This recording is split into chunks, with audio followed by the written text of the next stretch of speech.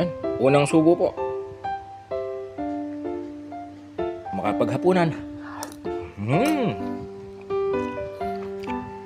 Probinsyang-probinsya ang lasa.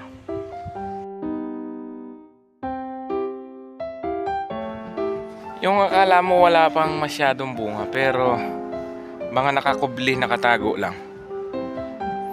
Sample.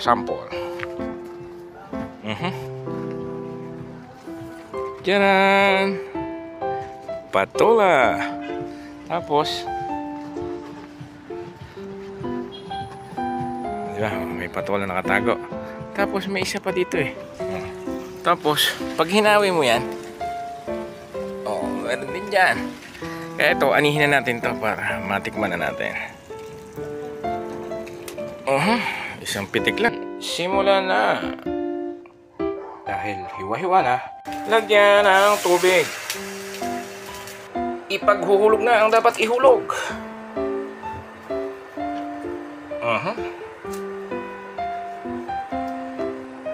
Indomie instant noodles, mie goreng. Miswa noodles from Korea. Sunod na ang hipon.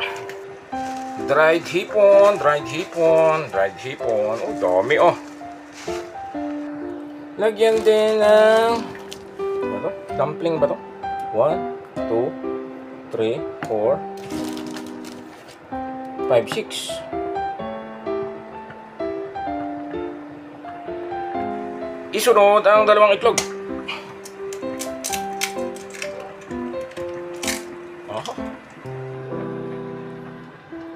Lagyan ng asin at batihin ang itlog.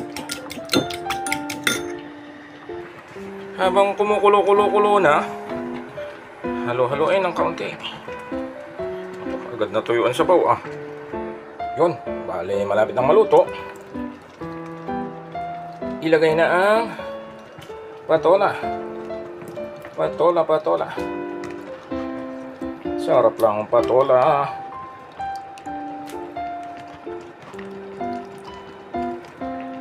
Dapat po binababad nyo sa tubig kasi pag di nyo binabad sa tubig, mangingitim siya, mangingitim. Ang tanong, may tanong. Pang-ilan ang patola sa kantang Bahay Kubo? Pang-ilan siya na nabanggit sa Bahay Kubo na kanta? Bahay kubo, kahit munti, ang halaman doon ay sari-sari, singkamas at talong, sigarilyas at mani, sitaw, bataw, patani, kundol, patola, upot, kalabasa, at saka meron pang labanos, mustasa, sibuyas, kamatis, bawang at luya.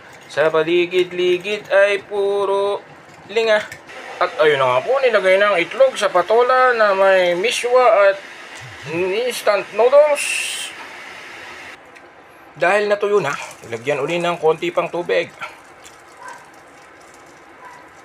Kakain na. At makapaghapunan po ng miswa noodles at saka patola at saka madami pang iba. May ano ba to? Dumpling at saka hipon.